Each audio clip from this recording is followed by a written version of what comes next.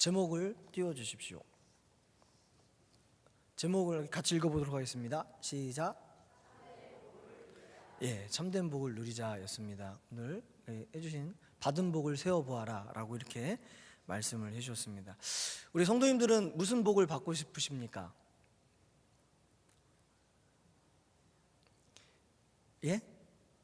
돈복. 있는 분이 더 하신 것 같습니다. 우리가 무슨 복을 받고 싶을까라고 만약 오늘 밤 우리가 집에 돌아가서 꿈속에서 이제 예수님이 나타나셔서 재훈아, 네가 수고하고 참 착하니까 너에게 상을 주겠다. 넌 무슨 복을 받고 싶니? 라고 저에게 물어본다면 뭐라고 대답을 해야 될까요? 예쁜 5째 딸을 주십시오 라고 하면 그건 예수님이 아니라 사단일 겁니다 라고 생각을, 만약에 우리에게 정말 오늘 밤에 예수님이 나타나셔서 이름을 부르시며 너에게 무슨 복을 줄까? 라고 물어본다면 여러분들은 무슨 복을 받고 싶으십니까? 중요한 거죠. 왜냐하면 정말 주신다라는 믿음이 있을 때 이 복 하나를 받을 수 있다면 복 중에 무슨 복을 받아야 모든 복을 다 받은 것보다 더 큰 복을 받은 것 같은, 그러니까 2번 달라고 하지 않아도 될 만한 그 큰 복을 받을 수 있을까? 어떤 복일까요? 한 번쯤 생각해 보셨으면 좋겠습니다. 동화 같은 이야기 같이 들리겠지만 열왕기상 3장 말씀을 보면 이런 이야기가 나타나죠. 누구 이야기죠? 바로 이스라엘 왕이었던 솔로몬이 기브온에서 잠을 자는데 꿈에서 하나님께서 나타나셔서 솔로몬에게 말씀하십니다. 내가 너에게 무엇을 줄고 너는 내게 구하라 라고 말씀하십니다. 그때 우리가 잘 아는 것처럼 뭐를 구하죠? 바로 지혜를 구합니다. 하나님께서는 그 구한 지혜의 대답을 들으시고 마음에 흡족해 하시고 그가 구하지 않았던 부귀와 영화까지 함께 주셨다라고 성경은 말씀하고 있습니다.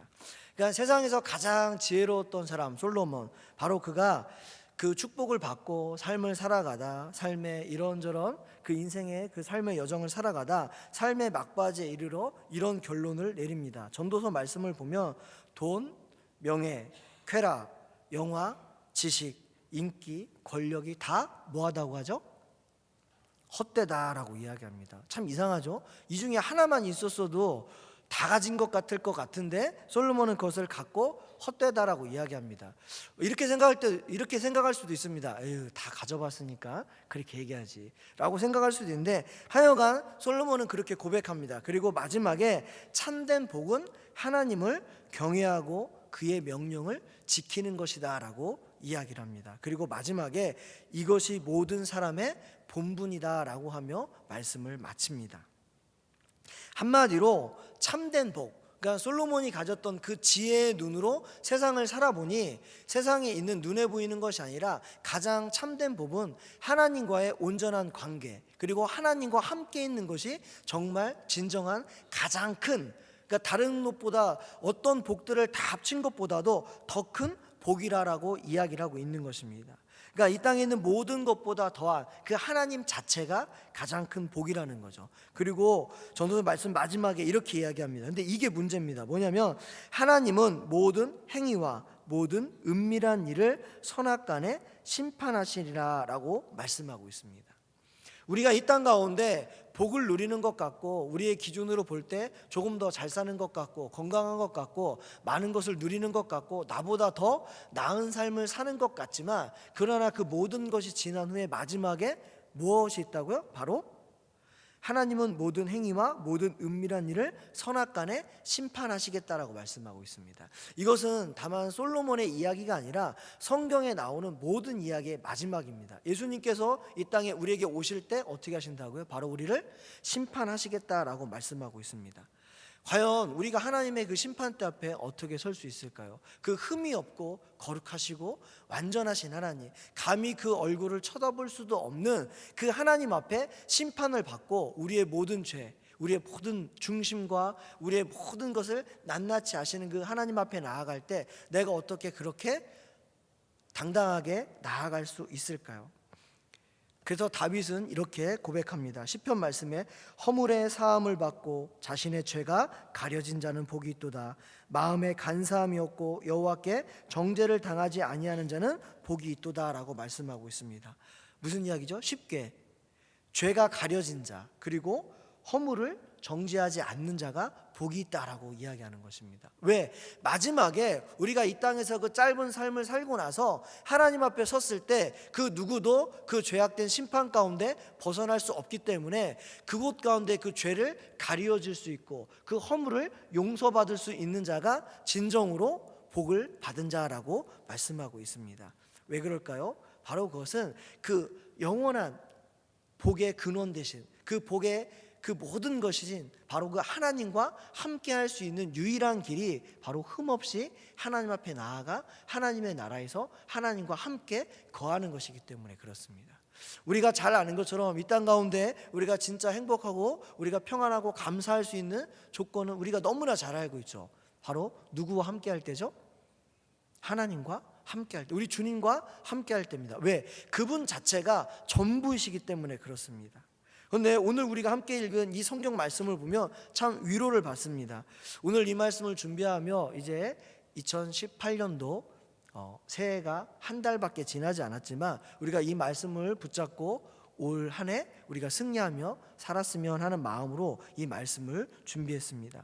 오늘 말씀을 통해 하나님께서는 이미 그 참된 복을 우리에게 허락해 주셨다라고 말씀하고 있습니다. 그리고 우리가 함께 읽은 이 본문에는 그 복이 이미 우리에게 주어졌고 그리고 그 복 가운데 그 복을 누리며 살아갈 수 있는 방법까지 아주 자세하게 우리에게 말씀하고 있습니다.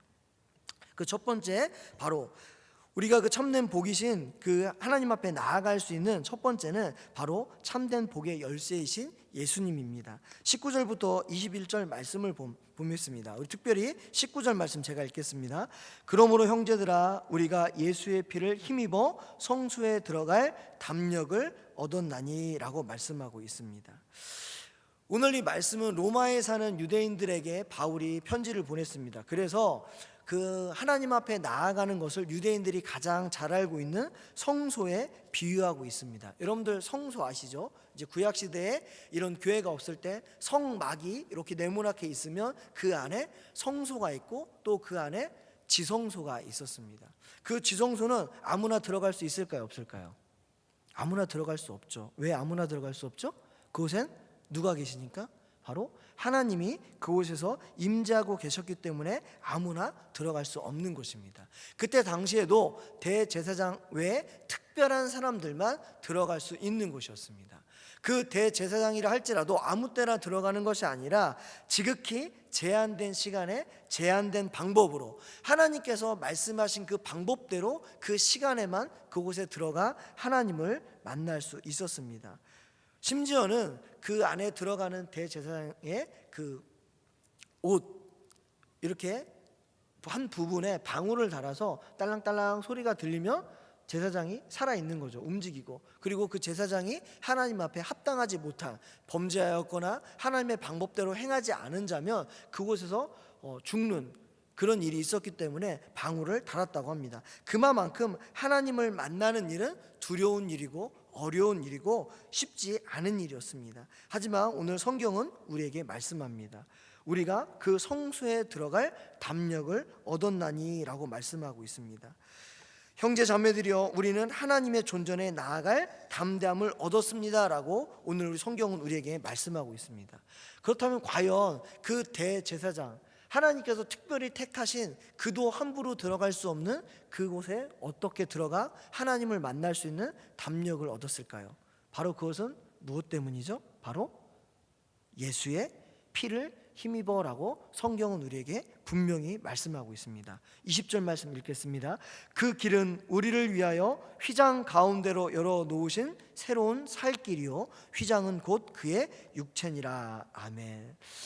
그 하나님이 계신 지성소에 들어가는 것은 성막에 들어가고 그리고 그 안에 성소에 들어가 지성소에 가려면 그 안에는 휘장이 가려져 있었습니다. 그 휘장을 넘어 들어갈 수 있는 것은 아까 말씀드렸던 것처럼 아무나 들어갈 수 없었습니다. 하지만 이제는 그 휘장을 넘어 뭐라고 했죠?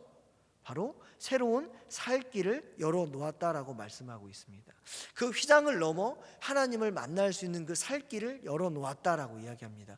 그러니까 너희는 이제 담대히 그 하나님을 만날 수 있다라고 우리에게 말씀하고 있습니다. 많이 우리가 알고 있는 이야기와 비슷하죠. 바로 예수님이 십자가에 달려 돌아가실 때 우리가 그 장면을 생각하시면 될 것 같습니다. 예수님께서 십자가에 달려 돌아가시고 그것을 피를 흘리실 때 우리가 영화를 통해서 성경 말씀을 읽을 때 많이 보셨죠. 바로 성전에 있는 휘장이 위에서부터 아래로 어떻게 됐죠? 쭉 찢어지게 됐죠. 예수님께서 십자가에 달려 돌아가시며 보혈의 피를 흘리실 때 바로 그 휘장이 찢어지며 하나님 앞에 나아갈 수 없는 우리가 이제는 그 보혈의 공로로 말미암아 나아갈 수 있도록 바로 예수님께서 그것을 찢어놓고 우리에게 새로운 살 길을 허락해 놓으셨다라고 말씀하고 있습니다. 인류 역사상 하나님께 나아갈 수 있는, 절대자에게 나아갈 수 있는 길을 이렇게 명확하고 정확하게, 그리고 우리 모두가 나아갈 수 있다라고 표현한 적은 한 번도 없을 것입니다. 예수님께서 자신의 죽음으로 말미암아 우리가 담대히 하나님 앞에 나아갈 수 있도록 그 휘장을 찢고 그 안에 새로운 살 길을 우리에게 허락해 주셨다라고 말씀하고 있습니다. 요한복음 14장 6절에 그래서 예수님은 당당하게 우리에게 이렇게 말씀하십니다. 내가 곧 길이요 진리요 생명이니 나로 말미암지 않고는 아버지께로 올 자가 없느니라라고 말씀하시는 것입니다. 왜? 바로 그분이 그 일을 행하셨기 때문에 그렇습니다. 누구든지 예수 그리스도를 영접하는 자, 그리고 그 이름을 믿는 자, 그리고 그의 이름을 힘입어 담대하게 나아가는 자는 하나님을 만날 수 있고 하나님과 함께 할 수 있는 그 참된 복을 누릴 수 있다라고 성경은 우리에게 말씀하고 있습니다. 우리가 처음에 말씀드렸던 것처럼 이미 우리는 하나님과 함께 할 수 있는 가장 큰 축복을 얻었다는 것입니다. 내가 노력해서 얻은 길이 아닙니다. 그리고 내가 무엇인가 헌신하고 하나님께 드려 얻은 길이 아닙니다. 오직 예수 그리스도의 보혈의 공로, 바로 그 은혜로 말미암아 우리가 하나님 앞에 담대히 나아갈 수 있는 은혜를 입었다라고 성경은 우리에게 말씀하고 있습니다. 여러분 믿어지십니까? 우리가 정말 하나님 앞에 나아갈 수 있는 그 축복을 우리에게 주셨다는 것입니다. 그런데도 안타까운 것은 우리가 하나님 앞에 그렇게 나아가지 못하고 있다는 것입니다. 아직도 하나님 앞에 나아가는데 두려운 마음이 있습니다. 왜? 여러분 하나님을 만나는데 두려우십니까? 아니면 너무나 기쁘십니까?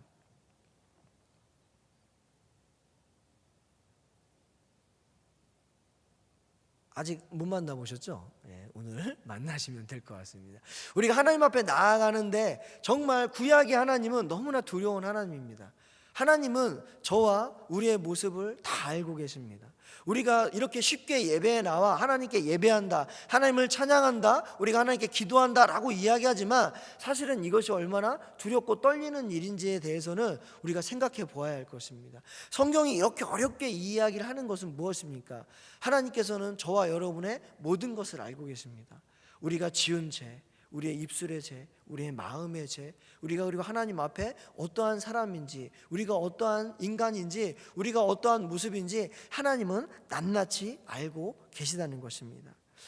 우리가 나이가 들어 우리 이제 권사님들이 건강검진을 받을 때 걱정된다는 이야기를 들을 때가 있습니다. 왜 그렇죠? 눈에는 보이지 않지만 요즘 과학기술이 발달해 MRA를 찍고 뭐 초음파 검사라고 하다 보면 우리 눈에는 보이지 않지만 정말 우리 몸속에 있는 작은 뭐 이렇게 조그만한 돌기나 암이나 그런 것들을 종양을 발견하게 됩니다. 그래서 그것이 혹 발견될까 봐 두려워하며 건강검진을 받는 것들을 봅니다. 그리고 시간이 지나서 아무런 것도 발견되지 않았습니다 라고 하면은 안도의 한숨을 쉬시는 것을 보게 됩니다.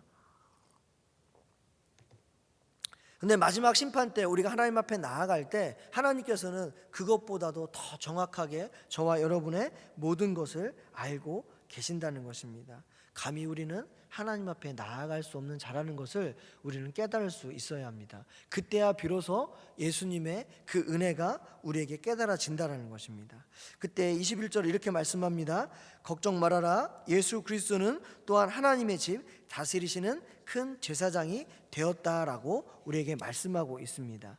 예수 그리스도를 통하여 하나님의 자녀가 된 우리는 하나님의 집입니다. 그리고 그 집을 다스리는 큰 제사장이 누가 되어주시냐면 예수님께서 되어주셔서 우리의 중보자가 되어주시겠다라고 말씀하고 있습니다.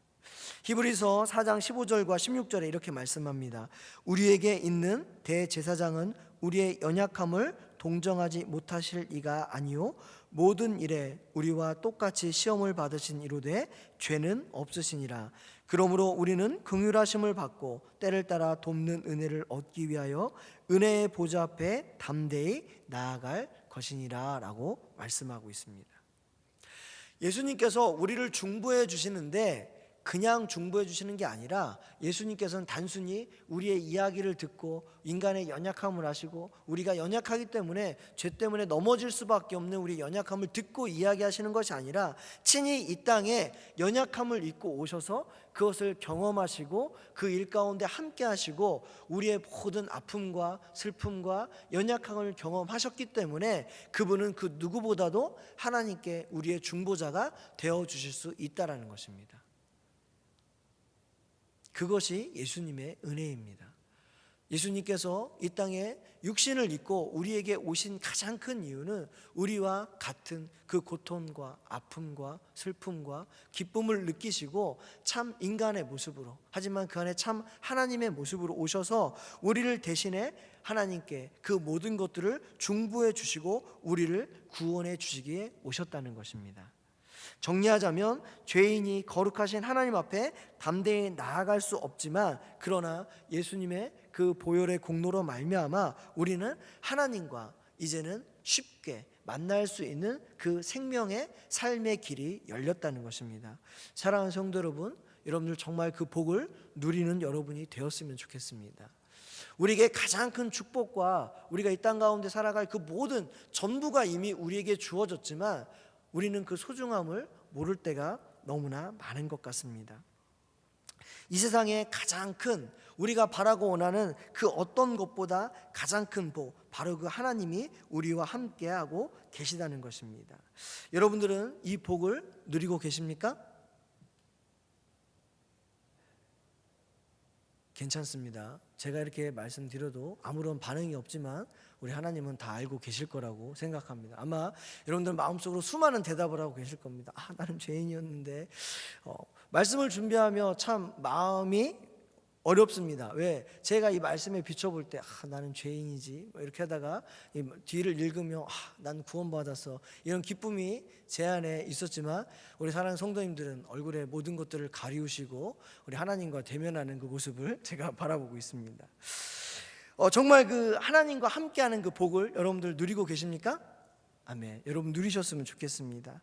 그런데 우리가 그 복을 쉽게 누리지 못합니다. 우리가 삶을 살아가다 보면 정말로 하나님께서 우리에게 주신 그 참된 복을 누리기보다는 솔로몬이 말한 그 헛된 복들, 그 없어질 복들, 우리는 그 복을 더 큰 복이라고 생각하고 그것을 쫓아갈 때가 너무나 많은 것을 발견하게 됩니다.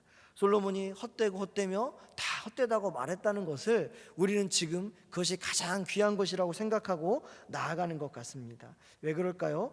D.A. 카슨이라는 현대 기독교 학자는 이렇게 이야기했습니다. 현대 기독교인들은 마치 원하지 않는 결혼을 한 사람들과 같다라는 표현을 썼습니다. 그러니까 원하지 않는 결혼을 했기 때문에 그 결혼 생활에 참된 기쁨과 행복이 없다라는 것입니다. 하지만 꼭 지켜야 되는 그 의무가 있기 때문에 그들이 행복하지 못한 삶을 살아가고 있다라는 것입니다.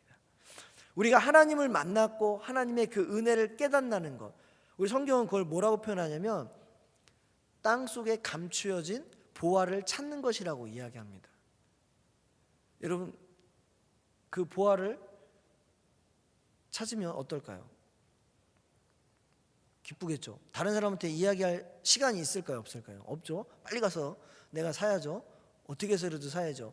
그 땅을 살 때 너무나 기쁘고 행복하겠죠. 왜? 이 안에 그 들어있는 그 보화만 생각하면 사람들이 저 쓸모없는 땅을 왜 사라고 이야기해도 너무나 기쁠 거예요. 왜? 그 참 가치를 알기 때문에. 그런데 우리의 모습을 보면 보화라고 이야기를 하는데 보화인지 잘 모르는 것 같아요.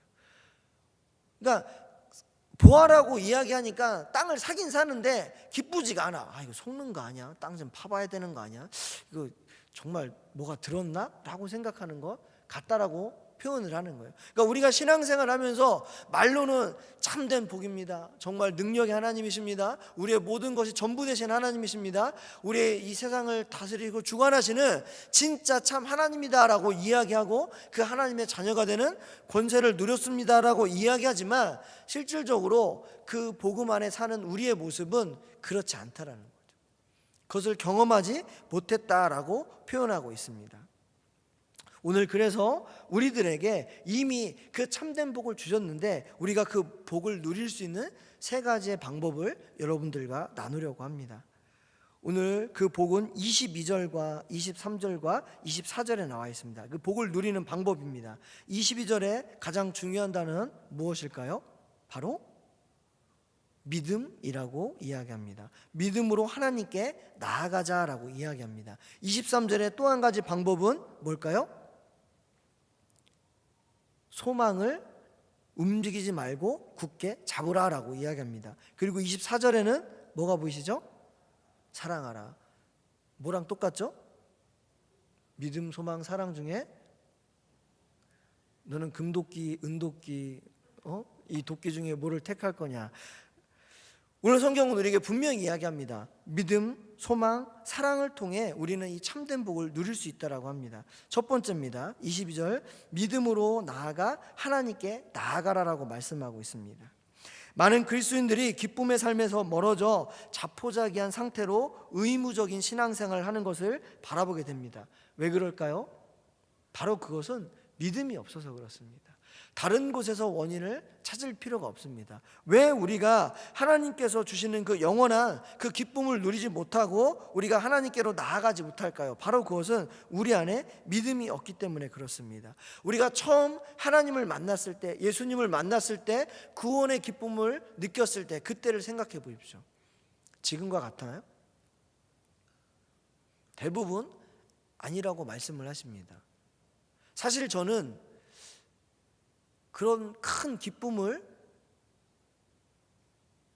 느껴본 적은 없는 것 같습니다. 그러니까 그 기쁨이라는 것이 막 울며 감사하며 정말 하나님을 만나면 저렇게 할 수 있나? 라는 표현들, 그러니까 막 울며 기도하고 막 콧물 흘리며 뜨겁게 기도하고 정말 그 삶이 변화되어 헌신하는 모습들, 사실 저는 그런 모습은 없었습니다. 그런데 저는 어제보다 오늘이 더 기쁩니다. 매일매일 삶이 더 기쁩니다. 왜 그럴까요? 우리가 하나님의 자녀가 되는 동안 한동안 기쁨을 누리고 우리는 그렇게 살아갑니다. 그런데 대부분의 사람들이 그 기쁨을 잃어버린 이유는 뭐냐면 우리가 그 은혜를 받았지만 믿음을 끝까지 소유하지 못하기 때문이라고 성경은 우리에게 말씀하고 있습니다.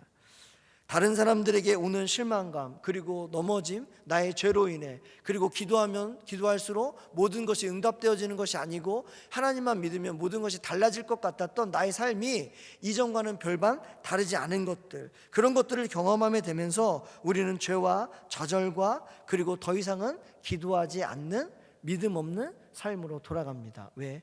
그렇게 하나 이렇게 하나 별반 다르지 않다라는 생각을 하게 됩니다. 마치 하나님 아버지, 그러니까 아버지와 관계는 있지만 예전에 그 친밀하지 않았던, 왜? 더 이상 아버지가 크게 나에게 도움이 되지 않아. 우리가 어렸을 때 부모님은 어떤 분이죠? 가장 크고 모든 것을 다 해줄 수 있고 다 들어주실 수 있는 분. 그래서 보면 엄마, 아빠 계속 불러대요. 왜? 부르면 부를수록 어떤 일이 생기죠? 내가 원하는 일들을 얻을 수 있기 때문에 그렇습니다. 하지만 시간이 지나고 내 자아가 크고 내가 무엇인가 할 수 있게 되면 점점 아버지 어머니를 찾지 않습니다. 왜? 굳이 찾지 않아도 내가 할 수 있기 때문에 그렇습니다. 그냥 부모님과 형식적인 관계이지 진정한 부모와 자식 간의 관계는 되어지지 않습니다. 그런데 히브리서 기자는 우리에게 이렇게 이야기합니다. 하나님께 나아가라는 것입니다. 계속해서 나아가라는 것입니다. 믿음을 가지고 끝까지 나아가라는 것입니다. 그때 하나님을 만날 수 있다는 것입니다. 지금 이 순간 눈에 보이지 않고 잡히지 않더라도 우리가 끝까지 하나님 앞에 나아갈 때 하나님은 우리를 만나 주신다는 것입니다. 그리고 그 기도 가운데 응답해 주신다라고 말씀하고 있습니다. 21절에 이렇게 이야기합니다. 우리에게 마음의 뿌림을 받아 악한 양심으로 벗어나고 몸은 맑은 물로 씻음을 받았다라고 이야기를 합니다. 우리가 죄 가운데 있고 하나님 앞에 거룩함을 잃고 하나님의 자녀로 온전히 나아가지 못할지라도 바로 구약 시대에 동물의 피로, 그 제사 지낼 때 그 피로 말미암아 우리가 정결케 되었던 것처럼 예수 그리스도의 이름으로 바로 그 예수님께서 십자가에 달려 돌아가신 그 보혈의 공로로 말미암아 그 피가 이미 우리에게 깨끗이 씻겨졌기 때문에 우리는 그럼에도 담대히 하나님 앞에 나아갈 수 있다는 것입니다. 내가 지금 죄 가운데 있고 내가 연약해졌고 예전과 같지 않고 아직 저는 부끄러워요, 아직 저는 할 수 없어요 라고 말하는 우리의 모습이지만, 그러나 담대하게 하나님께 나아가라는 것입니다. 왜? 예수님께서 이미 그 일을 약속하셨기 때문에 그렇습니다.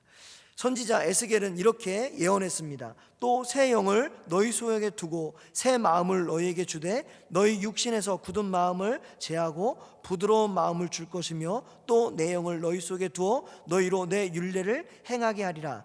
너희가 내 규례를 지켜 행할지라 라고 말씀하고 있습니다. 여러분은 이미 하나님의 사람이라는 것입니다. 왜냐하면 우리는 이전과 다른 마음을 가지고 있습니다. 하나님 앞에 나아가고 싶어하는 마음, 하나님 앞에 우리가 그 일을 감당하고 싶어하는 마음, 그리고 하나님을 기쁘시게 하려는 마음들이 이전과는 다르게 아마 생겼을 것입니다. 그리고 예전에는 죄라고 생각하지 못했던 것을 죄로 여기는 마음이 우리 안에 있습니다. 그리고 부끄럽게 생각하고 어떻게든 말씀 앞에 서려는 우리의 생각이 있습니다. 바로 그것이 성령님이 이미 저와 여러분 안에 계시다는 것입니다. 그 영이 우리를 새롭게 하셔서 우리에게 말씀하여 주신다는 것입니다. 우리가 하나님 앞에 담대히 나아갈수록 그렇게 말씀해 주신다는 것입니다. 히브리서 9장 13절과 14절에 이렇게 이야기합니다.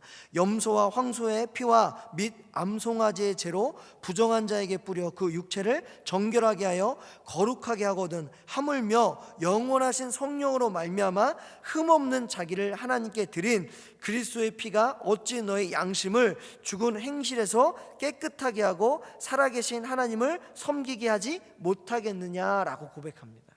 쉽게 이야기하면 하물며 염소와 황소의 피, 그러니까 동물의 피로도 너희를 깨끗하게 하고 거룩하게 하고 하나님 앞에 나아갈 수 있게 하는데 흠없는 예수 그리스도의 보혈의 피를 힘입은 너희가 하나님 앞에 나아가지 못하겠느냐라고 우리에게 반문하고 있는 것입니다. 바로 우리가 하나님 앞에 나아가지 못하고 하나님의 얼굴을 구하지 못하는 것은 우리가 믿음 없이 하나님 앞에 나아가지 못하고 있기 때문이라는 것입니다.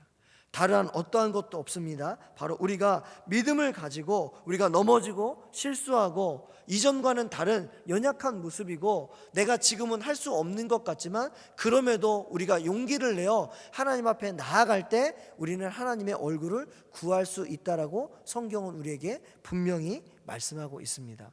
사랑하는 성도 여러분, 오늘 이 말씀을 굳게 붙잡고 하나님 앞에 나아갈 수 있었으면 좋겠습니다. 아직도 늦지 않았습니다. 그 예수 그리스도의 보혈의 피가 지금도 우리 안에 흐르고 있음을 믿으십니까? 아멘. 그렇습니다. 그 믿음이 있을 때 우리는 그 앞에 담대히 나아가고 하나님의 자녀로 고백하며 나아갈 수 있는 것입니다.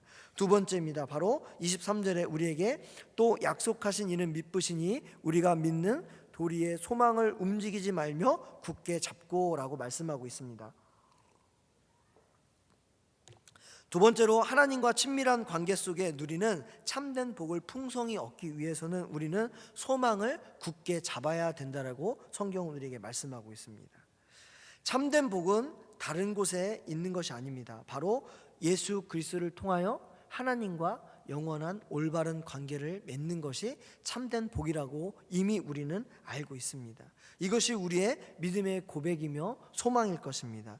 우리는 이것을 참된 보아라고 이야기합니다. 그런데 인생을 살다 보면 우리의 보아가 눈에 보이는 다른 곳에 넘어갈 때가 있습니다. 다른 것에 유혹을 받을 때가 있습니다. 경제적인 압박이 있을 때 우리는 그 물질이 우리의 참된 보아이고 소망인 것 같습니다. 그리고 또한 특별히 이 시대 많은 부모들이 자녀가 우리의 참된 보아가 되고 소망이 되는 것을 봅니다. 그리고 또한 인간과의 관계, 그리고 직장과, 그리고 다른 사람들의 위로와 조금 더 내가 편안함을 얻을 수 있고 내가 다른 사람에게 인정받을 수 있을 때 우리는 그곳에서 위로를 찾고 그곳에서 하나님의 그 얼굴보다 더 그것을 가깝게 여기는 것을 발견하게 됩니다. 하지만 이것을 착각이라고 성경은 우리에게 이야기합니다. 우리가 가장 귀하게 생각하는 것, 그것을 잃었을 때 건강, 그리고 명예, 물질, 세상의 그 어느 것도 영원할 수 없다라는 것을 우리는 분명히 기억해야 할 것입니다. 솔로몬의 고백처럼 그 모든 것이 헛되고 헛되다는 것입니다. 오늘 이 히브리서의 기자의 말처럼 우리의 소망이 다른 곳으로 움직이는 것을 굳게 잡으라라고 말씀하고 있습니다. 우리의 눈에 보이지 않더라도 우리는 우리의 믿음의 소망이 되시는 하나님만을 바라봐야 된다고 성경은 우리에게 분명히 말씀하고 있습니다. 왜 그렇습니까? 바로 그 하나님은 미쁘신 하나님이시기 때문에 그렇습니다. 그리고 그는 그 약속하신 말씀을 이루시는 하나님이시기 때문에 그렇습니다. 여러분, 삶이 고달프고 우리가 생각하는 대로, 내가 바라는 대로 우리가 흘러가지 않고 내 계획대로 되지 않더라도 소망을 잃지 마시기를 부탁드립니다. 왜냐하면 우리의 영원한 소망 되신 그 하나님께서는 신실하신 그 약속을 우리 안에 이루시는 분이시기 때문에 그렇습니다. 바로 그것은 예수 그리스도의 피로 우리에게 약속하신 약속입니다. 창세전에 하나님께서 우리의 모든 것을 계획하시고 아담에게 약속하신 후손을 우리에게 보내주시겠다고 약속하셨습니다. 또한 아브라함에게 약속하신 그 믿음의 후손들, 바로 우리가 그것을 통해 구원을 받았습니다. 그리고 또한 다윗에게 약속했던 영원한 왕자, 그 이스라엘을 하나님께서는 지켜주셨습니다. 그리고 선지자를 통해 예언해 주신 예수 그리스도가 이 땅에 오셔서 우리를 위해 메시아가 되어주셨습니다. 그리고 성경의 약속대로 그는 십자가에 달려 돌아가시고 3일 만에 부활하셔서 우리의 영원한 생명이 되어주셨습니다. 사랑하는 성도 여러분, 이것보다도 더 정확하게 우리에게 약속하고 그 일을 이루신 일은 아무것도 없다는 것을 우리는 너무나 잘 알고 있을 것입니다. 사람의 말은 아무리 그 사람이 믿을만하고 그 사람이 신뢰할 수 있고 능력이 있다 해도 우리는 그것을 100% 믿을 수 없습니다. 왜? 사람의 인생은 언제 어떻게 변할 수밖에 없기 때문에 그렇습니다. 내가 영원히 살 것 같지만, 그 권세가 영원할 것 같지만, 그 사람이 대단함이 영원할 것 같지만 그것은 얼마 가지 못한다는 것입니다. 하지만 하나님께서는 분명히 저와 여러분에게 약속해 주셨습니다. 그 참된 복이 되신 그 하나님께서 바로 우리와 함께 주시겠다라고 말씀하고 있습니다. 우리 사랑하는 성도 여러분들, 혹시 로또 사보셨나요? 얼마죠? 한번 하는데 해보셨네요. 예? 1,000원이라고 말씀하신 분 해보셨어요. 예. 우리가 로또에 당첨될 확률이 어떻게 된다고 그러죠? 한 자리에서 벼락을 2번 맞을 확률보다 이게 더 어렵다라고 이야기를 합니다. 그런데도 우리는 거기에 소망을 둘 때가 있습니다. 그런데 중요한 것은 바로 우리의 영원한 소망 되신 예수 그리스도의 보혈의 공로를 우리가 믿기만 하면 그것은 몇 프로죠? 당첨될 확률이? 구원받을 확률이 몇 프로죠? 100%입니다. 여러분들은 그 100%의 로또보다 더한 이미 복을 얻었다는 것입니다. 우리가 그 소망 가운데 다른 것에 흔들리지 않으셨으면 좋겠습니다. 마지막으로 24절 서로 돌아보고 사랑과 선행을 격려하라라고 말씀하고 있습니다. 참된 복을 누리는데 사랑과 선행으로 격려할 때 그 복은 우리 안에 풍성이 되어진다라고 이야기합니다. 하나님께서는 저와 여러분을 개별적으로 부르셨습니다. 하나님의 자녀로 저를 부르셨고 여러분을 한 분 한 분 불러주셨습니다. 믿으십니까? 자, 그러면 여기서 놀라운 신비가 있습니다. 저와 여러분을 한 분 한 분 불러주셨습니다. 그럼 자연스럽게 옆에 있는 사람은 뭐가 되는 거죠?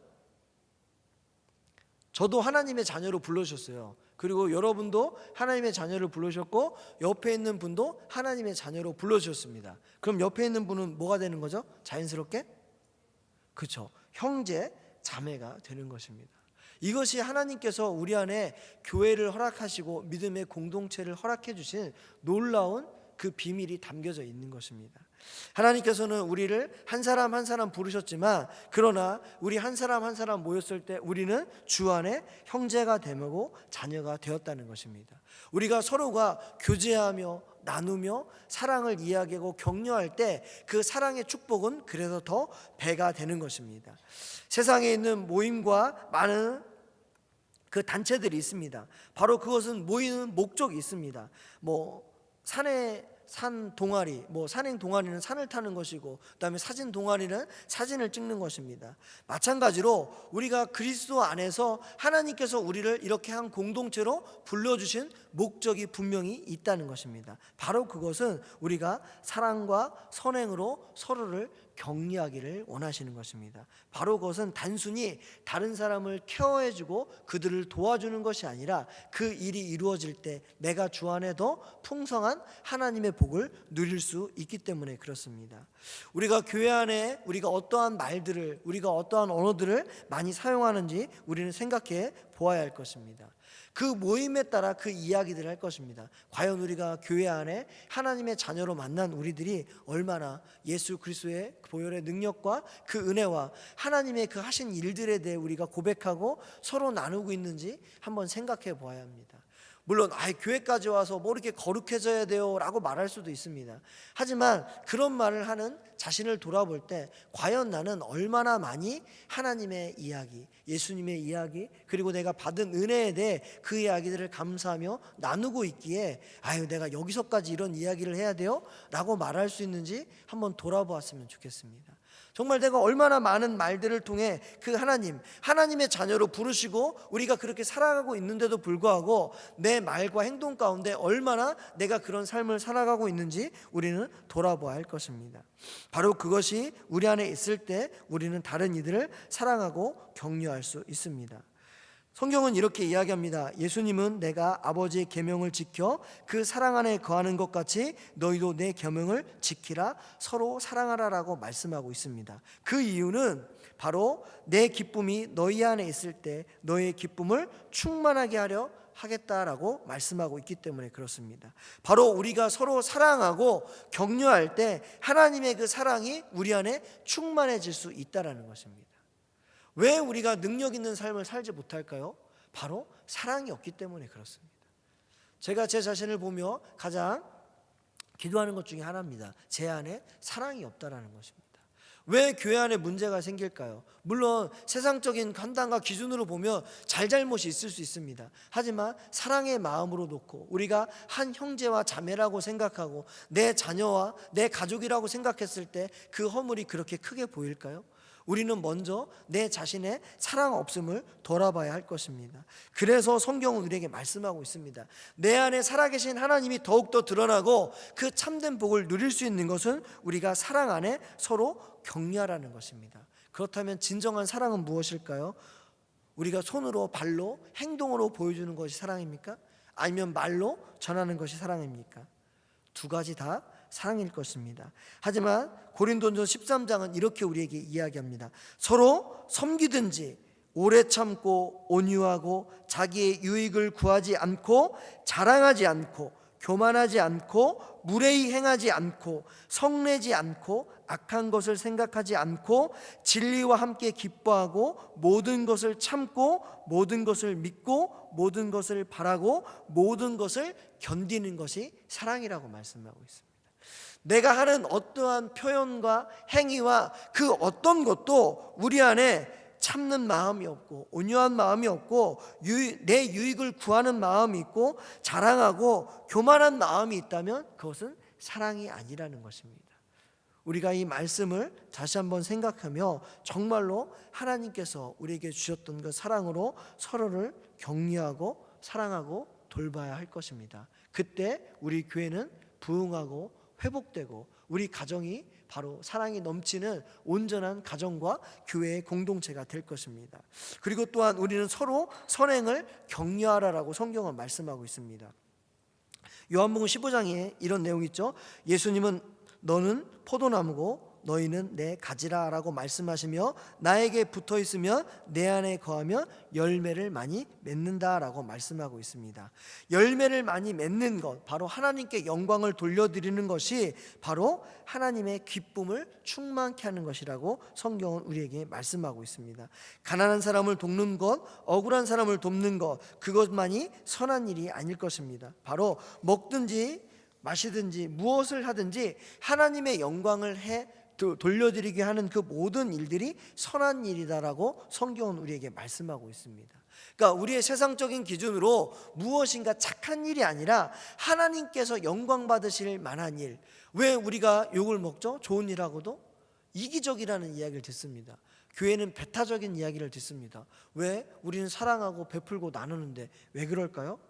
바로 우리 안에 하나님께서 영광 받으실 일로 그 일들이 그들에게 보여지지 않기 때문에 그런 것 같습니다.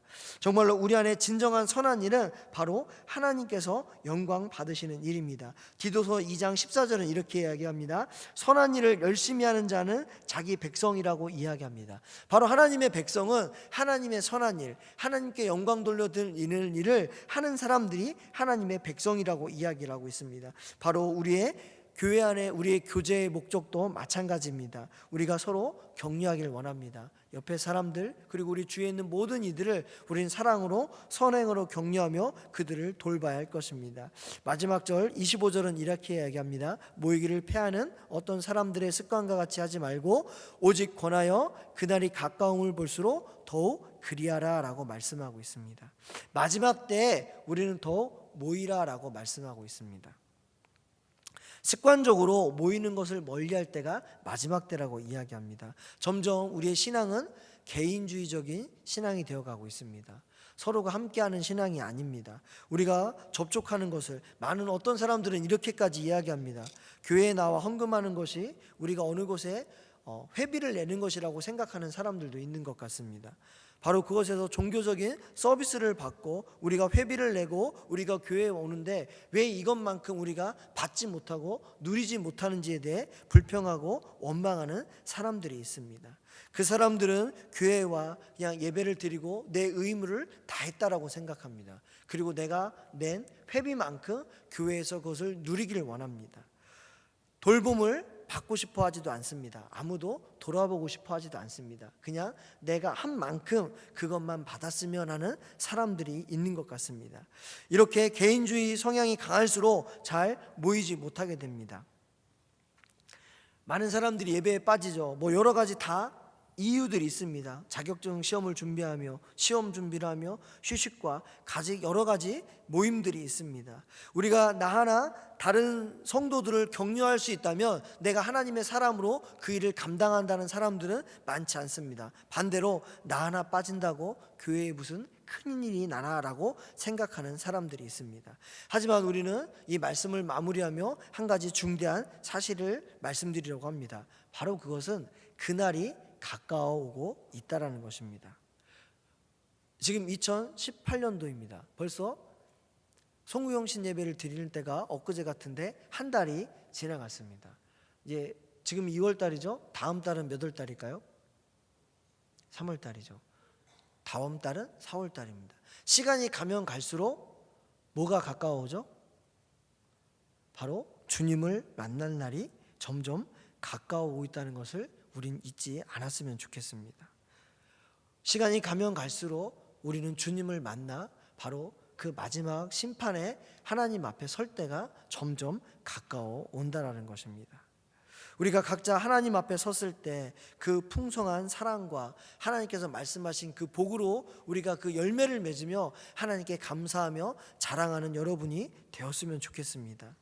하나님 앞에 섰을 때 부끄러운 모습으로 어떻게 하지? 라고 두려워하는 모습이 아닌 정말 잘 준비되어져 하나님께 우리가 했던 그 일들, 하나님의 주신 그 능력을 가지고 예수의 이름으로 우리가 승리했던 그 일들을 예수님께서 제자들을 전도하러 보내셨을 때 그들이 예수님 앞에 나와 놀라운 기적들을 정말로 기쁨으로 예수님께 이야기했던 그 일들이 저와 여러분의 모습이었으면 좋겠습니다. 하나님과 영원히 누리는 풍성한 사랑의 관계를 우리가 누리기 원한다면 우리는 모임에 힘써야 할 것입니다. 그리고 그 모임 가운데 서로를 돌아보고 서로를 사랑하고 그 안에 열매를 맺어야 할 것입니다. 내 안에 믿음이 있는 것 같고 많은 큰 것을 가진 것 같지만 우리가 그 모든 열매는 사람을 통해 나타나는 것을 잊지 않으셨으면 좋겠습니다. 예수님께서 이 땅에 오셔서 하셨던 수많은 일들의 열매는 바로 예수님께서 만난 그 사람을 통해 나타났다는 것입니다. 아마 올 한 해를 시작하며 많은 계획과 준비들을 하셨을 것입니다. 성경을 읽겠다고 다짐한 분도 있을 테고, 그리고 성경 공부를, 그리고 신앙의 서적을, 예배에 잘 참석하기를, 그리고 다른 이들을 섬기며 내가 무엇인가 교회에 봉사하기를 원했던 분들도 있을 것입니다. 그러나 그 모든 것 가운데 오늘 이 말씀을 통해 우리가 한 가지 잊지 않았으면 좋겠습니다. 바로 그것은 분명한 목적이 있어야 한다는 것입니다. 여러분들이 계획하고 그 준비한 그 모든 일들에는 목적이 있어야 한다는 것입니다. 무엇을 하든지 온전한 믿음으로 하나님께 나아가는 도구가 되도록 그 목적들을, 여러분들이 계획한 것들을 사용하시길 부탁드립니다. 무엇을 하든지 나의 의의를 내세우는 것이 아니라 바로 예수님의 보혈의 공로를 힘입어 하나님께 나아가는 붙잡는 도구가 되어야 할 것입니다. 또한 무엇을 하든지 우리가 그 소망을 붙잡는 도구가 되어야 할 것입니다. 사람을 만나든 세상에 우리가 계획하든 내가 준비하는 그 모든 일들이 우리가 이 땅에 소망을 두는 그것이 아니라, 그 헛된 것에 소망을 두는 것이 아니라 영원한 하나님께 나아가는 데 소망을 두는 모든 것의 목적이 되어야 할 것입니다. 마지막으로 우리는 무엇을 하든지 사랑과 선행으로 서로를 돌보는 도구가 되도록 준비하셨으면 좋겠습니다. 혼자 좋아서 하는 일, 혼자 즐기는 일, 나 혼자 기쁘고 유익한 일이 아니라 그것을 통해 다른 사람들을 격려하고 그들을 살리며 하나의 공동체, 하나님의 나라를 확장하는 데 쓰여질 수 있는 가장 위대한 기본적인 그 일들로 여러분들이 사용되시길 소원합니다. 정말 올 한 해 그리스도를 통하여 영원히 우리의 아버지 되신 하나님의 사랑으로 모든 은혜와 평강이 예수 안에 믿음과 소망과 사랑을 우리 마음에 두어 그것을 우리가 기억하며 우리의 모든 삶 가운데 드러내며 우리가 풍성한 열매를 맺는 여러분이 되도록 기도하도록 하겠습니다. 기도하겠습니다.